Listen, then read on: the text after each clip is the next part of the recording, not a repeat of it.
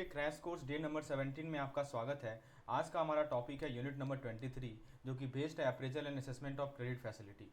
हमारा methodology same होगा। सबसे पहले मैं आपको वीडियोस प्रोवाइड कर रहा हूं, जो कि 30 से 40 मिनट का वीडियोस होगा। वीडियोस के तुरंत बाद आप एमसीक्यूज अटैम्प्ट करेंगे, यानी क्विजेज अटैम्प्ट करेंगे। मैंने क्विजेज डाल रखे हैं आज के फोल्डर में, तुरंत जाके उसे अटैम्प्ट कीजिए। और जैसे ही आप क्विज अटैम्प्ट करते हैं, देखिए आपको 60% मार्क्स आ रहा है या नहीं आ रहा है। यदि आ रहा है तो समझिए कि आपको कमांड है इस चैप्टर पे। यदि नहीं आ रहा है तो फिर से आपको थ्योरी पोर्शन को पीडीएफ को रिवाइज करना है। ये पीडीएफ जो है कंप्लीटली पिक्टोरियल फॉर्मेट में चीज़ें दी रखी हैं। इसको आप रिवाइज करेंगे और आपको तुरंत रिवीजन हो जाएगा और लास्ट मोमेंट में भी आपको काम आएगा। तो चलिए हम लोग डिस्कशन को स्टार्ट करते हैं। सबसे पहले दोस्तों, जब भी कोई लोन अप्लाई करता है तो बैंक सिर्फ एक सिग्नेचर पे पैसा रिलीज नहीं करती है ना। तो एक प्रॉपर क्रेडिट अप्रेजल प्रोसेस होता है जो बोरोवर की क्रेडिबिलिटी और रिपेमेंट एबिलिटी को चेक करता है। चलिए स्टेप बाय स्टेप समझते हैं कि यह प्रोसेस कैसे होता है। पहला स्टेप क्या होता है? बोरोवर आइडेंटिफिकेशन, यानी सबसे पहला स्टेप है बोरोवर का आइडेंटिटी और क्रेडिबिलिटी वेरीफाई करना। बैंक इंश्योर करता है कि जो बंदा लोन ले रहा है उसका बैकग्राउंड सही है या नहीं। ठीक है, तो इसमें दोस्तों केवाईसी डॉक्यूमेंट,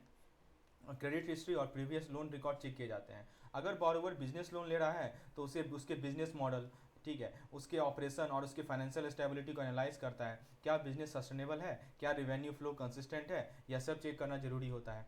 उसके बाद दोस्तों आता है हमारा कि तीसरे स्टेप में बैंक एनालाइज करता है कि बोरोवर की एग्जैक्ट क्रेडिट रिक्वायरमेंट क्या है। What is the borrower exact credit requirement, कितना लोन चाहिए, किस पर्पज़ के लिए चाहिए। बैंक इंश्योर करता है कि लोन अमाउंट जस्टिफाइड हो।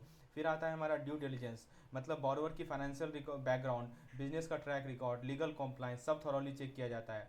और फिर बैंक यह डिसाइड करता है कि कौन सा लोन प्रोडक्ट या स्कीम बोरोवर के लिए बेस्ट सूट करेगा। Fix loan, working capital loan, overdraft facility या कोई और सुटेबल फाइनेंशियल प्रोडक्ट सेलेक्ट किया जाता है। और स्टेप नंबर 6 में हमारा आता है last but not the list, loan का फाइनल टर्म्स और कंडीशन एग्री किए जाते हैं। Interest rate, repayment tenure, collateral requirement सब कुछ फाइनलाइज किया जाता है और फिर लोन डिसबर्समेंट की प्रोसेस शुरू होती है। तो दोस्तों यह था क्रेडिट अप्रेजल प्रोसेस का एक क्विक वॉक थ्रू। बैंक हर एक लोन एप्लीकेशन को केयरफुली एनालाइज करते हैं ताकि रिस्क मिनिमाइज हो और बोरोवर की फाइनेंशियल हेल्थ को इंश्योर किया जा सके। चलिए अब मैं आपको 7 सीज को समझाता हूँ। ये 7 सीज पे सवाल बराबर आता है, इसको ध्यान से सुनिए। तो बैंक लोन अप्रूव करेगा या रिजेक्ट करेगा, यह डिसीजन एक मैजिक ट्रिक नहीं है बल्कि एक स्ट्रक्चर्ड इवैल्यूएशन होता है। आज हम डिस्कस करने वाले हैं 7 Cs of comprehensive loan appraisal, जो डिसाइड करते हैं कि बोरोवर को लोन मिलेगा या नहीं। चलिए शुरू करते हैं। पहला आता है क्रेडिट वर्दिनेस। क्रेडिट वर्दिनेस का मतलब ये होता है दोस्तों कि सबसे पहले सबसे इंपॉर्टेंट फैक्टर है क्रेडिट वर्दिनेस, मतलब बोरोवर की क्रेडिट हिस्ट्री और पास्ट रिपेमेंट बिहेवियर चेक की जाती है। अगर सिविल स्कोर हाई है तो चांस अच्छे हैं कि लोन अप्रूव हो जाएंगे। फिर आता है हमारा कैरेक्टर। कैरेक्टर क्या होता है? कि स्ट्रॉन्ग फाइनेंशियल कैरेक्टर होना भी जरूरी है। बैंक बोरोवर की ऑनेस्टी और एथिकल कंडक्ट को एनालाइज करता है। क्या बोरोवर ने पहले कभी लोन डिफॉल्ट किया है, क्या फ्रॉड या लीगल केसेस का रिस्क है। फिर आता है हमारा कैपेसिटी। कैपेसिटी का मतलब कि दोस्तों की बोरोवर की इनकम और फाइनेंशियल कैपेसिटी एनालाइज की जाती है। क्या बोरोवर के पास स्टेबल इनकम सोर्स है, क्या वो अपने करंट फाइनेंशियल ऑब्लिगेशन पूरे कर रहा है। बैंक यह चेक करता है कि लोन की ईएमआई कंफर्टेबली रिपे हो सके। ये क्यों चेक करता है? ताकि जो ईएमआई है वो कंफर्टेबली रिपे हो सके। फिर आता है कैपिटल। कैपिटल में क्या होता है? बोरोवर के एग्जिस्टिंग एसेट और फाइनेंशियल स्ट्रेंथ को एनालाइज किया जाता है। क्या उसके पास एनफ सेविंग है, इन्वेस्टमेंट है। फिर आता है हमारा कोलेट्रल। कोलेट्रल का मतलब होता है दोस्तों लोन सिक्योर है या नहीं। अगर लोन सिक्योर है तो फिर कोलेट्रल चेक होता है, मतलब बोरोवर ने लोन के बदले कोई सिक्योरिटी दी है या नहीं दी है, जैसे कि प्रॉपर्टी, एफडी, शेयर या गोल्ड। अगर बोरोवर रिपे नहीं कर पाया तो बैंक कोलेट्रल को लिक्विडेट कर सकता है। फिर आता है कंडीशन, मतलब कि सिर्फ बोरोवर की प्रोफाइल नहीं बल्कि एक्सटर्नल मार्केट कंडीशन भी मैटर करती है। इंटरेस्ट रेट, फिर इंडस्ट्री ट्रेंड, इकोनॉमिक सिचुएशन को ध्यान में रखते हुए बैंक लोन डिसीजन लेता है। और फाइनल आता है कैश फ्लो, यानी बिजनेस या इंडिविजुअल बोरोवर के कैश फ्लो स्टेबल है या नहीं है, यह चेक किया जाता है। अगर कैश फ्लो इरेगुलर है तो लोन रिपेमेंट रिस्की हो सकता है और अप्रूवल डिफिकल्ट हो सकता है। तो दोस्तों अगर आप लोन लेना चाहते हैं तो पहले आप ये 7 सीज को स्ट्रॉन्ग बनाइए। क्या आपके पास document, credit score, financial profile इनके अकॉर्डिंग स्ट्रॉन्ग है, तो यही डिसाइड करेगा कि आपको लोन इजीली मिलेगा या नहीं मिलेगा। चलिए अब मैं आपको नेक्स्ट स्लाइड की ओर ले चलता हूँ। देखिए सब कुछ आपको इस स्लाइड के फॉर्मेट में मिलेगा ताकि आप क्विकली रिवाइज कर सकें। अब देखिए अगला जो सवाल है, लोन लेने से बड़ा एक बड़ा फाइनेंशियल डिसीजन होता है, पर एक इंपॉर्टेंट क्वेश्चन यह है कि लोन किस पर्पज़ के लिए लेना है। क्या आप एक बिजनेस के लिए लोन लेना चाहते हैं या पर्सनल नीड के लिए। चलिए दोनों कैटेगरी को समझते हैं। तो एक तरफ आप देखेंगे बिजनेस लोन। यहाँ देखिए बिजनेस लोन में क्या है दोस्तों कि बिजनेस लोन उन लोगों के लिए होता है जो अपने वेंचर या इंटरप्राइज को ग्रो करना चाहते हैं। यह दो तरीके के होते हैं, एक होता है वर्किंग कैपिटल लोन और एक होता है हमारा कैपिटल एक्सपेंडिचर लोन। ध्यान से समझिएगा। वर्किंग कैपिटल क्या होता है कि शॉर्ट टर्म नीड के लिए होता है।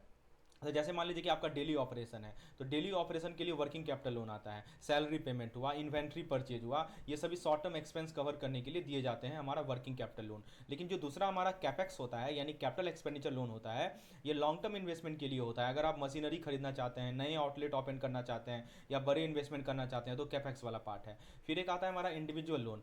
तो दोस्तों अगर आपको पर्सनल फाइनेंशियल नीड फुलफिल करने हैं, जैसे कि मान लीजिए कि आपको होम लोन लेना है, जैसे कार लोन लेना है, पर्सनल लोन लेना है, तो ये सब इंडिविजुअल लोन आते हैं। तो अगर आप लोन लेने का सोच रहे हैं तो पहले क्लियर कीजिए कि लोन किस पर्पस के लिए चाहिए। बिजनेस लोन में दो तरह का होता है, वर्किंग कैपिटल होता है जो कि डेली ऑपरेशन के लिए, और कैपिटल एक्सपेंडिचर होता है जो कि लंबे अवधि के लिए होता है, लॉन्ग टर्म के लिए होता है। तो ये डिफ्रेंसिएशन आपको समझना बहुत जरूरी है। चलिए आगे मैं आपको ले चलता हूँ अगली स्लाइड की ओर, और ये बिजनेस कैपिटल का फ्लो चार्ट है जो भी अभी मैंने आपको बताया है। तो फ्रेंड्स, अगर आप किसी भी बिजनेस को स्टार्ट या एक्सपेंड करना चाहते हैं, हम लोग बिजनेस कैपिटल की बात कर रहे हैं, तो अगर आप किसी बिजनेस को स्टार्ट या एक्सपेंड करना चाहते हैं तो एक चीज़ जो सबसे इंपॉर्टेंट होती है वह होती है कैपिटल। राइट, क्या होती है? कैपिटल। तो फ्रेंड्स, कैपिटल दो तरह के होता है, एक होता है फिक्स्ड कैपिटल और एक होता है हमारा वर्किंग कैपिटल। अब देखिए, दोनों का रोल अलग अलग है, पर दोनों एक सक्सेसफुल बिजनेस के लिए इक्वली इंपॉर्टेंट है। तो फिक्स कैपिटल होता है आपका लॉन्ग टर्म इन्वेस्टमेंट। तो जब आपको लॉन्ग टर्म इन्वेस्टमेंट करना है तो फिक्स कैपिटल लेते हैं। राइट, तो यह एक बार खरीदा जाता है और काफ़ी साल तक यूज होता है, जिसमें जैसे कि आप लैंड लेते हैं, यानी जहाँ पे आप जो है अपना बिजनेस सेटअप होता है, बिल्डिंग लेते हैं यानी ऑफिस फैक्ट्री या गोडाउन की जरूरत होती है, मशीनरी लेते हैं यानी प्रोडक्शन या सर्विसेज के लिए टूल्स और मशीन लेते हैं। तो बेसिकली यह वह इन्वेस्टमेंट है जो एक बार बेसिकली वो इन्वेस्टमेंट है जो एक बार होती है लेकिन बिजनेस के ग्रोथ का फाउंडेशन बनता है। और दूसरा कैटेगरी है हमारा वर्किंग कैपिटल। तो वर्किंग कैपिटल मैंने आपको पहले ही बताया है कि ये डेली ऑपरेशन के लिए होता है। तो इसमें रॉ मटेरियल आता है, जैसे कि मान लीजिए जो भी प्रोडक्ट आप बना रहे हैं उसका बेस मटेरियल रॉ मटेरियल कहलाता है। वेजेज आते हैं यानी इंप्लॉय की जो सैलरी है वो आती है हमारी। ठीक है, बिना इसके काम चलेगा क्या? बिल्कुल नहीं चलेगा। डेली एक्सपेंस आएगा, जैसे लाइट बिल, रेंट, ट्रांसपोर्ट, छोटी छोटी चीज़ें जो ज़रूरतें होती हैं। फिर हमारा आता है सेल्स रिवेन्यू। सेल्स रिवेन्यू का मतलब ये हुआ कि जो भी इनकम बिजनेस जनरेट कर रहा है, राइट, वो वर्किंग कैपिटल में सर्कुलेट होता है। तो बिजनेस को स्मूथली चलाने के लिए दोनों कैपिटल का बैलेंस होना जरूरी है। ये बातें आपको समझ में आ रही हैं? चलिए अब मैं आपको वर्किंग कैपिटल का स्ट्रक्चर बताता हूँ। तो अभी मैंने आपको दोनों बताया, फिक्स्ड कैपिटल और वर्किंग कैपिटल। अब थोड़ा वर्किंग कैपिटल को ध्यान दीजिए। तो वर्किंग कैपिटल दोस्तों एक बिजनेस का बैकबोन होता है। यह डिसाइड करता है कि बिजनेस स्मूथली चलेगा या कैश क्रंच फेस करेगा। राइट, तो चलिए समझते हैं इसके डिफरेंट एलिमेंट्स को। तो एक आप एलिमेंट देखेंगे जो कि यहाँ लिखा गया है, ग्रॉस वर्किंग कैपिटल। तो ये क्या होता है दोस्तों? तो आपका बिजनेस जितना भी करंट एसेट में इन्वेस्ट करता है वो ग्रॉस वर्किंग कैपिटल होता है। Total investment in the current asset. Simple word में जितना पैसा आपने शॉर्ट टर्म एसेट जैसे raw material, inventory, trade receivable, cash में लगाते हैं। शॉर्ट टर्म एसेट में क्या क्या आ सकता है? जैसे आपने रॉ मटेरियल में लगा दिया, आपने इन्वेंट्री में लगा दिया, आपने दोस्तों रिसीवेबल में लगा दिया। राइट, और फिर मान लीजिए कि आपने कुछ कैश में लगा दिया, तो ये सब शॉर्ट टर्म आपका एसेट है। राइट, तो जितना पैसा आप इसमें लगाते हैं तो वो आपका ग्रॉस वर्किंग कैपिटल कहलाता है। ठीक है, फिर एक होता है हमारा वर्किंग कैपिटल गैप, WCG बोलते हैं इसको। ठीक है, देखिए समझिए, यह एक इंपॉर्टेंट कंसेप्ट है जो बिजनेस के वर्किंग कैपिटल लिमिट को डिफाइन करता है, और इसका फॉर्मूला आपको पता होना चाहिए वर्किंग कैपिटल गैप का। Total current asset minus current liability other than bank borrowing, इसको हम लोग बोलते हैं total current asset minus CLOBB, current liability other than bank borrowing. अगर गैप ज़्यादा है, यदि वर्किंग कैपिटल गैप ज़्यादा है, तो इसका मतलब है कि बिजनेस को ज़्यादा फंड की ज़रूरत है। सिंपल सी बात है कि यदि जो डिफरेंस है वो यदि ज़्यादा होगा तो मतलब क्या हुआ कि बिजनेस को ज़्यादा फंड की ज़रूरत है, बिजनेस को ज़्यादा फंड चाहिए। राइट, यही यही यही डिनोट करता है कि working capital gap it determines the borrowing working capital limit and is calculated as the difference between current asset and current liability excluding the bank borrowing. यानी यदि गैप ज़्यादा होगा इसका मतलब कि बिजनेस को ज़्यादा फंड की ज़रूरत है। ठीक है, शॉर्ट टर्म नीड्स को फुलफिल करने के लिए बिजनेस को ज़्यादा फंड की ज़रूरत है, इसलिए गैप कम होनी चाहिए। दूसरी तरफ आते हैं तो हमारा एक होता है नेट वर्किंग कैपिटल, जिसको हम लोग शॉर्ट में NWC बोलते हैं। तो नेट वर्किंग कैपिटल को कैलकुलेट करने का फॉर्मूला होता है current asset minus current liability. मतलब आपका बिजनेस के पास जो शॉर्ट टर्म ऑब्लिगेशन को कवर करने के लिए कितना सरप्लस है। आइडियली ये रेशियो जो है 1:1 होना चाहिए, 1:1 रेशियो ज़्यादा होना चाहिए ताकि लिक्विडिटी स्ट्रॉन्ग रहे। अगर NWC नेगेटिव हो गया है तो बिजनेस फाइनेंशियली ट्रबल में आ सकता है। मतलब सिंपल सी बात है कि आपको अपनी शॉर्ट टर्म ऑब्लिगेशन को कवर करने के लिए कितना सरप्लस है, ठीक है ना, कितना करंट एसेट अपने लायबिलिटी को कवर करने के लिए। तो यही होता है हमारा। और फाइनली आता है हमारा वर्किंग कैपिटल। देखिए वर्किंग कैपिटल क्या होता है? ओवरऑल वर्किंग कैपिटल कैपिटल एक फाइनेंशियल स्टेबिलिटी का सेंट्रल कंसेप्ट है। अगर आप इसको अच्छे से मैनेज करते हैं तो बिजनेस हमेशा कैश फ्लो पॉजिटिव रहेगा और फाइनेंशियल हेल्थ स्ट्रांग होगा। तो फ्रेंड्स, वर्किंग कैपिटल की सही तो आपने क्या क्या देखा, ग्रॉस वर्किंग कैपिटल, एक बार मैं आपको रिवाइज करा देता हूँ, बहुत इंपॉर्टेंट पॉइंट मैंने आपको बताया। तो पहले मैंने बताया आपको ग्रॉस वर्किंग कैपिटल यानी आपका बिजनेस जितना भी करंट एसेट में इन्वेस्ट करता है वो ग्रॉस वर्किंग कैपिटल होता है। वर्किंग कैपिटल गैप क्या होता है, total current asset minus current liability other than bank borrowing. Net working capital क्या होता है, current asset minus current liability. ये 3 फॉर्मूला आप याद रखिएगा, बहुत काम में आता है। चलिए अब मैं आपको ले चलता हूँ अगले स्लाइड की ओर। तो आपने वर्किंग कैपिटल के सभी कंपोनेंट्स को समझ लिया। एक लाइक जरूर बनता है दोस्तों, एक लाइक जरूर कीजिएगा ताकि आपको यदि चीज़ें समझ में आ रही हैं तो। और यदि आप हमारे इस कोर्स में इनरोल होना चाहते हैं, इस तरह के पीडीएफ चाहते हैं ताकि आप उसे अच्छे से रिवाइज कर पाएँ, तो मुझे आप व्हाट्सएप कर सकते हैं इस नंबर पर। नंबर आपको इसका नाम में नंबर आपके स्क्रीन पे शो हो रहा है, you can WhatsApp me on this particular number. चलिए अब मैं आपको ऑपरेटिंग साइकिल और टाइम गैप के बारे में बताता हूँ। एक बिजनेस सिर्फ बेचने का और कमाने का गेम नहीं है, उसके पीछे एक पूरा प्रोसेस चलता है जिसे कहते हैं ऑपरेटिंग साइकिल।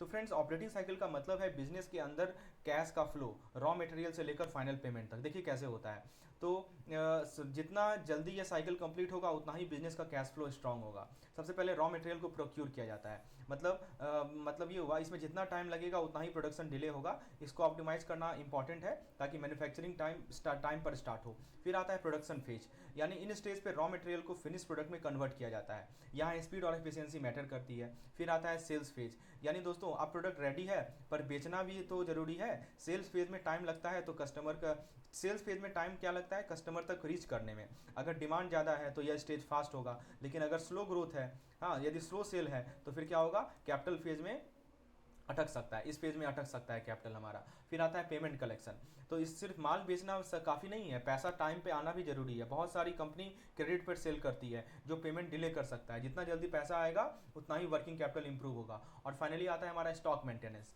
यानी दोस्तों स्टॉक मेंटेनेंस का मतलब है हमेशा इन्वेंट्री अवेलेबल रखना। अगर स्टॉक खत्म हो गया तो सेल्स रुक जाती है, और अगर ज़्यादा स्टॉक हो गया तो अननेसेसरी कॉस्ट बढ़ जाता है। तो बैलेंस बनाना जरूरी है। तो दोस्तों ऑपरेटिंग साइकिल को एफिशिएंटली मैनेज करना बिजनेस की फाइनेंशियल हेल्थ और कैश फ्लो को स्ट्रॉन्ग बनाने का एक बड़ा फॉर्मूला है। तो ये बातें समझ में आ गई। अब देखिए आपको मैं कुछ फॉर्मूला बता रहा हूँ, इसको आप याद कर लीजिए, बहुत इंपॉर्टेंट है। इस पर न्यूमेरिकल क्वेश्चन आते हैं। तो एक सक्सेसफुल बिजनेस सिर्फ प्रोडक्ट बेचने से का खेल नहीं है, बल्कि स्टॉक को एफिशिएंटली मैनेज करना है। तो बिजनेस का एक इंपॉर्टेंट आस्पेक्ट है इन्वेंट्री मैनेजमेंट। अगर स्टॉक जल्दी मूव करेगा तो कैश फ्लो स्ट्रॉन्ग रहेगा, और अगर स्टॉक फंस गया तो वर्किंग कैपिटल ब्लॉक हो जाएगा। तो चलिए समझते हैं 3 मेजर स्टोरेज और कन्वर्जन पीरियड को। सबसे पहला आप देखिएगा वो है हमारा रॉ मटेरियल स्टोरेज पीरियड, यानी कितने दिन तक रॉ मटेरियल रुकता है। इसका फॉर्मूला सिंपल है, आप एवरेज स्टॉक ले लीजिए और उसको डिवाइड कर दीजिए किससे, एनुअल, ये यहाँ पे देखिए इसको ऐसे किया गया है, opening stock plus closing stock divided by 2 and divided by annual consumption of raw material, है ना, that is average daily consumption. और इसको आप ऐसे भी कर सकते हैं, annual consumption of the raw material, ठीक है, और पूरे को 360 से मल्टीप्लाई कर दीजिए, ठीक है। तो बेसिकली यही फॉर्मूला है यहाँ पे।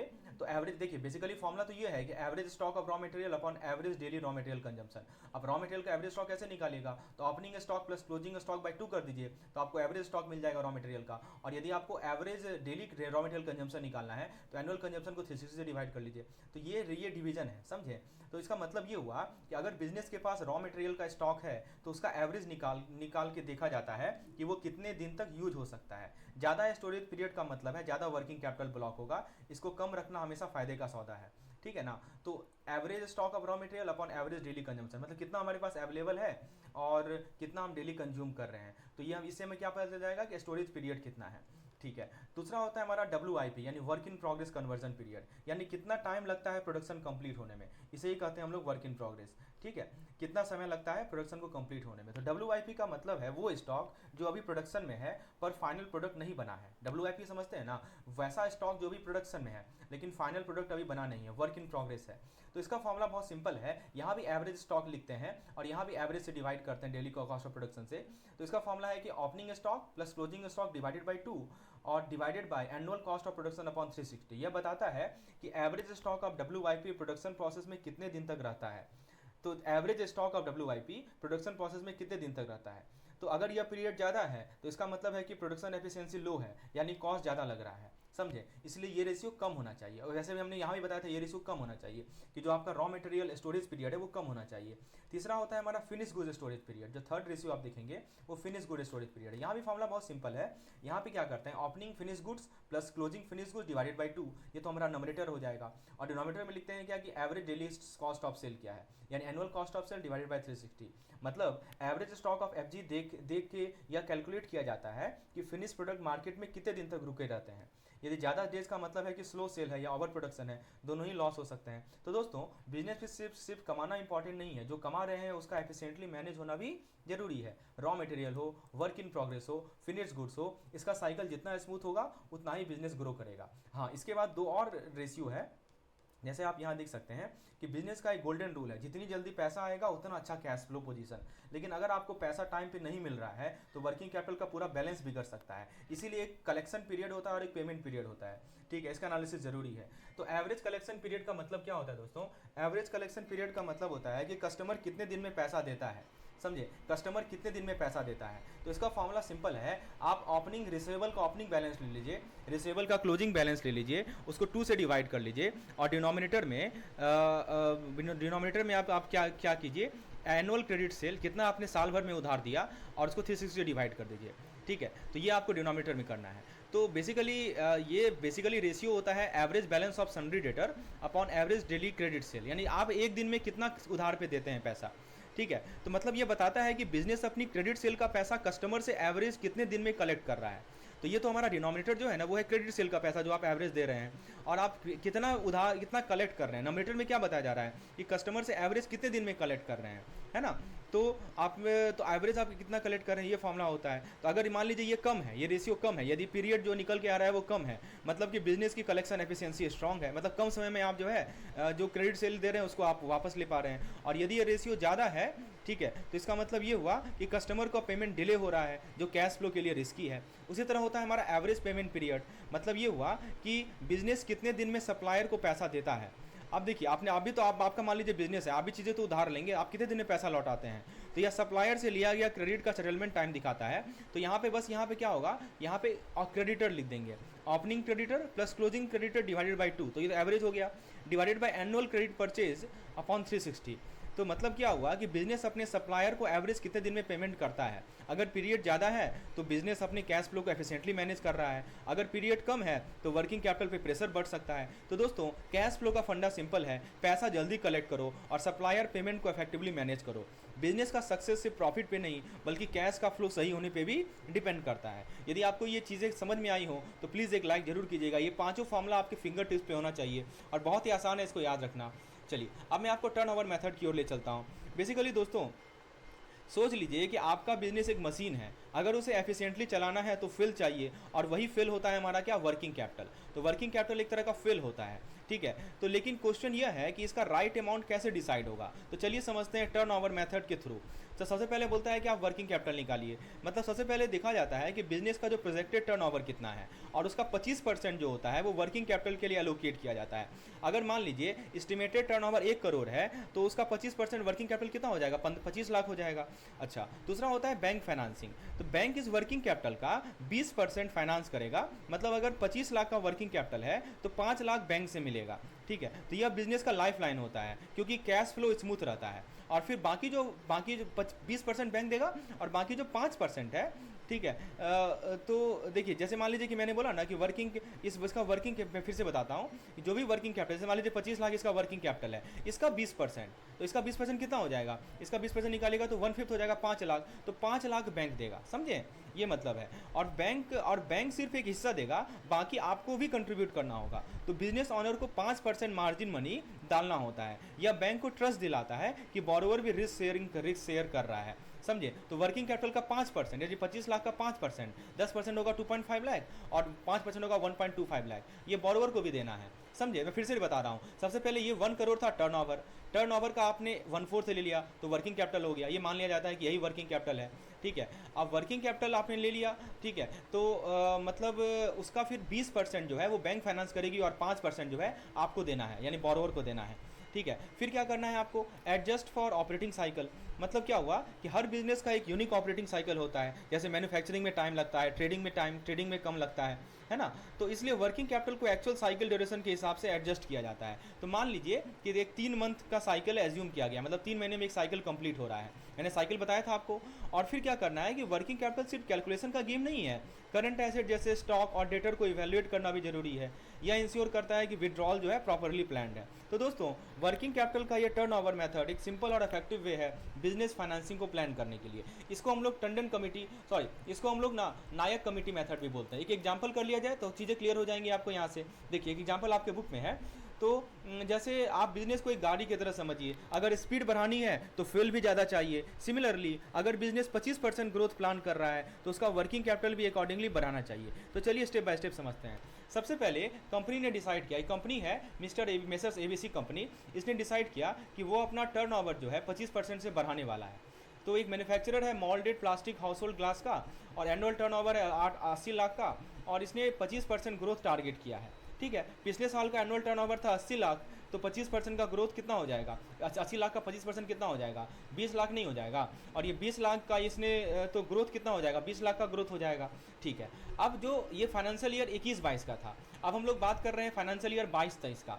तो अगर 80 लाख में ग्रोथ का 20 लाख ऐड कर दें तो टोटल प्रोजेक्टेड टर्नओवर कितना हो जाएगा, 100 लाख नहीं हो जाएगा। हाँ, तो यही 100 लाख निकाला है, बड़ा चला के लिखा। हम तो समझ गए ना बात को कि पिछले साल का जो टर्नओवर था वो था 80 लाख, और 25% इसने ग्रोथ टारगेट किया है, यानी बढ़कर 20 लाख और जोड़ दीजिए, तो जो प्रोजेक्टेड टर्नओवर होगा 2022-23 का वो 100 लाख का हो जाएगा। टर्नओवर मतलब सेल्स होता है, कितना सेल्स ये करने वाला है। ठीक है, चलिए अब ये हमें वर्किंग कैपिटल कैलकुलेशन के लिए बेस प्रोवाइड करेगा। तो नायक कमेटी यही बोलता है ना कि पहले टर्नओवर निकाल लो, उसके बाद वर्किंग कैपिटल निकालो। और नायक कमेटी क्या कहता है कि अब वर्किंग कैपिटल निकालेंगे जो टर्नओवर का 25% होता है, तो 100 लाख का 25% कितना हो जाएगा, 25 लाख। ठीक है, तो यह वह पैसा है जो बिजनेस को स्मूथली चलाने के लिए चाहिए। ठीक है, अब बैंक फाइनेंसिंग की बात करते हैं। तो बैंक क्या बोलेगा कि सुनो, हम 25 लाख तो पूरा नहीं देंगे, हम 25 लाख का आपको 25 लाख का जो है आपको 4/5 देंगे। ठीक है, 80% देंगे, राइट। तो वर्किंग कैपिटल का 80% बैंक से फाइनेंस होता है। तो वर्किंग कैपिटल कितना है यहाँ पे, तो वर्किंग कैपिटल है आपका so in this case working capital is how much, 25 lakh. तो 25 लाख का 80% कितना हो जाएगा, 25 लाख का 80% हो जाएगा 20 लाख। ठीक है, तो इतना जो है बैंक देगी। ठीक है, यानी बिजनेस को बैंक से 20 लाख मिल जाएगा, लेकिन बैंक पूरा अमाउंट तो कवर नहीं करेगा, तो बिजनेस ऑनर को भी अपना पैसा डालना होता है। और यहाँ पे बॉरोवर जो है वो 20% कंट्रीब्यूट करता है, जो कि 5 लाख होता है, राइट। तो एक और सिंपल मेथड है वर्किंग कैपिटल के फाइनेंसिंग के कैलकुलेशन करने का। यहाँ bank finance directly projected turnover का 20% होता है। एक तो ये तरीका बताया आपको। ठीक है, तो कितना मिला, बैंक कितना फाइनेंस करेगा, 20 लाख, और बॉरोवर कितना देगा, 5 लाख। तो ये एक तरीका नंबर 1 हो गया। अल्टरनेट मेथड क्या है कि आप ये कीजिए कि बैंक जो है फाइनेंस डायरेक्टेड प्रोजेक्टेड टर्नओवर का 20% होता है। तो प्रोजेक्टेड टर्नओवर कितना है, 100 लाख, 100 लाख का 20% कितना हो जाएगा, 20 लाख। ठीक है, तो बैंक जो है 20 लाख देगी, और बॉरोवर कितना देगा, 100 लाख का 5% यानी 5 लाख। तो अल्टीमेटली ऐसे निकालिए ऐसे निकालिए, बात तो बराबर ही है। ये स्टेप बाय स्टेप हो गया, मैं आपको फिर समझा देता हूँ। टर्नओवर निकाल लीजिए, टर्नओवर का आप 25% ले लीजिए तो वर्किंग कैपिटल मिल जाएगा। वर्किंग कैपिटल का 80% जो है बैंक देती है, और 20% जो है बॉरोवर देता है। या तो आप ऐसे निकाल लीजिए, बेसिक मेथड है। ठीक है, तो दोस्तों इस एग्जाम्पल से हमें सीखने को मिला कि कैसे वर्किंग कैपिटल का कैलकुलेशन स्मार्टली हम लोग करते हैं। चलिए, दोनों मेथड से आप कर सकते हैं, जो भी आपको सुटेबल लगे। चलिए अब मैं आपको ऑपरेटिंग साइकिल मेथड की ओर ले चलता हूँ। दोस्तों किसी भी बिजनेस का कैश फ्लो स्मूथ तभी रहता है जब उसका ऑपरेटिंग साइकिल इफेक्टिवली मैनेज हो। सबसे पहले बिजनेस को अपने करंट एसेट और लायबिलिटी आइडेंटिफाई करनी होती है। ठीक है, यहाँ लिखा है ना कि आप एसेट्स और लायबिलिटी को आइडेंटिफाई कीजिए। ठीक है, ताकि यह स्टेप इंपॉर्टेंट है। उसके बाद आपको होल्डिंग पीरियड पता लगाना होता है, यानी कि हम एसेट्स और लायबिलिटी के होल्डिंग पीरियड कैलकुलेट करते हैं। कितना टाइम रॉ मटेरियल स्टॉक में रहेगा, कितने दिन तक फिनिश गुड सेल नहीं होंगे, यह सब समझना जरूरी है। फिर आप क्या कीजिए, बैंक के फाइनेंस नीड को एसेस कीजिए। अब बात आती है बैंक फाइनेंस की। बिजनेस को सिर्फ उन रॉ मटेरियल के लिए फाइनेंस की ज़रूरत होती है जो फुल पेमेंट पर लिए गए हैं, लेकिन जो फिनिश गुड्स एडवांस पेमेंट से फाइनेंस होते हैं उनके लिए कम क्रेडिट चाहिए। समझे, तो बैंक का फाइनेंस नीड देखना होता है, यानी बिजनेस को उन रॉ मटेरियल के लिए फाइनेंस की ज़रूरत होती है जो फुल पेमेंट पर लिए गए हैं। ठीक है, और मान लीजिए कुछ ऐसा फिनिश गुड्स है जो एडवांस पेमेंट से फाइनेंस होते हैं, तो उनके लिए कम क्रेडिट चाहिए। उसके बाद कहता है कि पेमेंट डिले। मतलब दोस्तों आजकल क्या होता है कि जो हमारे स्मॉल एंड मीडियम इंटरप्राइज हैं, जो हमारे एसएमई हैं, एक बड़ा चैलेंज है कॉर्पोरेट क्लाइंट के लिए डिलेड पेमेंट। जब क्लाइंट लेट पेमेंट करते हैं तो बैंक क्रेडिटर का एडजस्टमेंट स्टॉक के अगेंस्ट करते हैं ताकि बर्डन कम हो जाए। राइट। उसके बाद आता है प्रोवाइड एज वाइज लिस्ट, मतलब बोरोवर को अपने क्रेडिटर और डेटर की एज वाइज लिस्ट सबमिट करनी होती है। यह इसलिए ज़रूरी है ताकि बैंक देख सके कि बिजनेस का cash flow system properly manage है या नहीं। और फिर फाइनली आता है डेटर और क्रेडिटर इवैल्यूएट करना। तो डेटर और क्रेडिटर का डिटेल एनालिसिस होता है। अगर डेटर का ड्यू पीरियड 180 दिन तक है तो असेसमेंट किया जाता है कि कितना पैसा स्टॉक वैल्यू में एडजस्ट होगा और कितना फाइनेंस के लिए एलिजिबल होता है। तो ये था हमारा ऑपरेटिंग साइकिल मेथड। ठीक है, ये भी एक तरीका है finance business bank finance access करने का। अब एक आता है हमारा MPVF मेथड, इसको बोलते हैं मैक्सिमम परमिसिबल बैंक फाइनेंस। तो देखिए इसमें 3 मेथड होते हैं। तो पहले मैं आपको फर्स्ट मेथड समझाता हूँ। पहला मेथड क्या बोलता है, ये बोलता है कि बोरोवर को वर्किंग कैपिटल गैप का, अब वर्किंग कैपिटल गैप मैंने आपको बताया था ना, तो जो भी वर्किंग कैपिटल गैप है उसका 25% जो है लॉन्ग टर्म फंड से फाइनेंस करना होता है। ठीक है, तो वर्किंग कैपिटल गैप का 25% बोरोवर को लॉन्ग टर्म फंड से फाइनेंस करना पड़ेगा। ठीक है, और बाकी जो 75% होता है वो बैंक फाइनेंस करता है। ये कहता है हमारा पहला मेथड। सेकंड मेथड क्या कहता है, सेकंड मेथड कहता है और स्ट्रिक्ट बोलता है, ये बोलता है कि बोरोवर को टोटल करंट एसेट का 25% जो है वो लॉन्ग टर्म फंड से फाइनेंस करना होता है। ठीक है, और साथ ही साथ करंट रेशियो जो है मिनिमम 1.33:1 मेंटेन करनी पड़ती है। इसका मतलब है कि बिजनेस को फाइनेंशियल डिसिप्लिन करना जरूरी है। और थर्ड मेथड क्या कहता है, देखिए इसमें 2 मेथड इंपॉर्टेंट है, फर्स्ट और सेकंड, थर्ड उतना नहीं पूछा जाता है। थर्ड क्या कहता है कि अगर बिजनेस को और भी डिसिप्लिन तरीके से ऑपरेट करना है तो थर्ड मेथड यूज होता है। यहाँ बोरोवर को कोर करंट एसेट का पूरा फंडिंग खुद करना पड़ता है और बाकी एसेट का 25% लॉन्ग टर्म फंड से कवर करना होता है। बैंक सिर्फ फ्लक्चुएटिंग वर्किंग कैपिटल नीड को फाइनेंस करता है, मतलब कोर कैपिटल बोरोवर पूरा फंडिंग करेगा अपने वर्किंग कैपिटल का।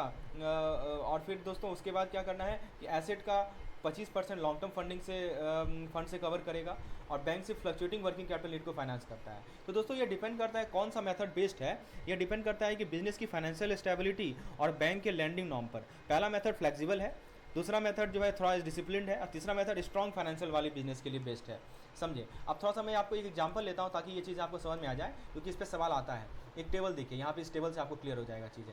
ठीक है, इस टेबल ये बैलेंस शीट है बेसिकली। तो दोस्तों सबसे पहले हम बिजनेस की करंट लायबिलिटी और करंट एसेट को समझते हैं। तो देखिए लायबिलिटी साइड में आप यहाँ देखिए, ये लायबिलिटी वाला पार्ट है। मैं थोड़ा सा आपको लायबिलिटी वाला पार्ट समझा देता हूँ। ये देखिए, ये हमारा लायबिलिटी है, करंट लायबिलिटी वाला पार्ट। तो इसमें आप क्या देख रहे हैं कि लायबिलिटी में क्रेडिटर से इन्होंने यहाँ देखिए लायबिलिटी में जो क्रेडिटर से इन्होंने 100 लाख लिया है। अदर लायबिलिटी जो इनका 50 लाख है, देखा ना क्रेडिटर, क्योंकि क्रेडिटर मतलब उधार लिया इन्होंने। ठीक है, जो टोटल 150 लाख होता है, मतलब 150 लाख होता है। साथ ही साथ बैंक से इन्होंने 200 लाख लिया है, यहाँ देखिए। ठीक है, तो टोटल करंट लायबिलिटी जो हो गया अदर देन बैंक बोरिंग जो है वो हमारा 150 लाख है। इसी को बोलते हैं हम लोग CLOBV। ठीक है, इसके अंदर 2 पार्ट होता है, क्रेडिटर से जो उधार लिया गया है और दूसरे करंट लायबिलिटी, है ना, और बैंक बोरिंग अलग से लिखा है 200 लाख। एसेट की बात करें तो देखिए अच्छा टोटल करंट लायबिलिटी कितना हो रहा है, तो सबको जोड़ दीजिए, इन दोनों को जोड़ दीजिए तो 350 लाख हो गया।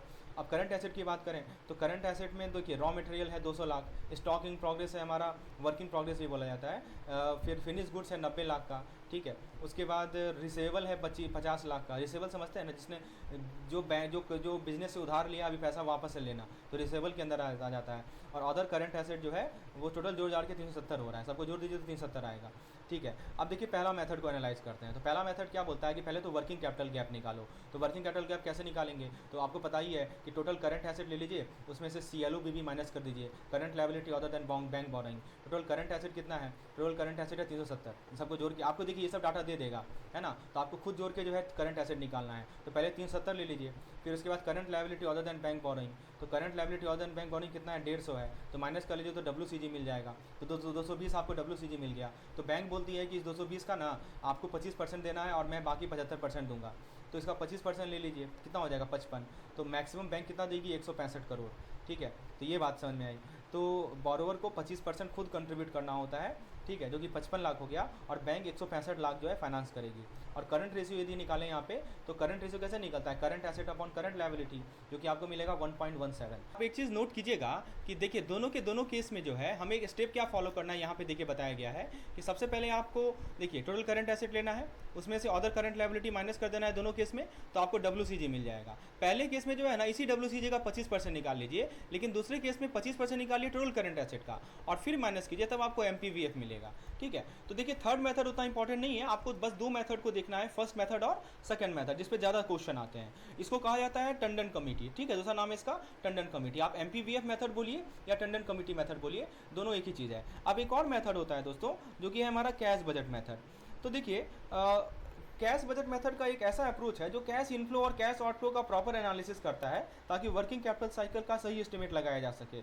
इसके 6 कंपोनेंट होते हैं। पहला है कैश रिसीट। देखिए कैश रिसीट यहाँ पे है, तो बेसिकली बताता है कि बिजनेस के पास कितना पैसा आ रहा है, चाहे सेल्स रिवेन्यू हो, कस्टमर पेमेंट हो या फिर कोई अदर कैश इनफ्लो हो। दूसरा आता है कैश पेमेंट। यहाँ देखिए कैश पेमेंट क्या बताता है, तो कैश पेमेंट आपको बताता है दोस्तों कि जितना पैसा बिजनेस में आता है उतना ही बाहर भी जाता है। यह सेक्शन फोकस करता है आउटगोइंग ट्रांजैक्शन पे। तो देखिए cash inflow incoming, cash payment outgoing, ठीक है। फिर आता है बिजनेस ऑपरेशन। तो बेसिकली बिजनेस का डेली रनिंग एक्सपेंस और ट्रांजैक्शन को कवर करता है, जो वर्किंग कैपिटल का एक बहुत मेजर पार्ट है। फिर आता है हमारा नॉन बिजनेस ऑपरेशन, यानी दोस्तों आप यहाँ पे देख सकते हैं नॉन बिजनेस ऑपरेशन को। इसका क्या काम होता है, तो यह बिजनेस के कभी कभी कैसा भी होता है कि ऐसे ट्रांजैक्शन होते हैं जो कोर बिजनेस से रिलेटेड नहीं होते हैं, जैसे कि इन्वेस्टमेंट या एक्स्ट्रा एक्सपेंस।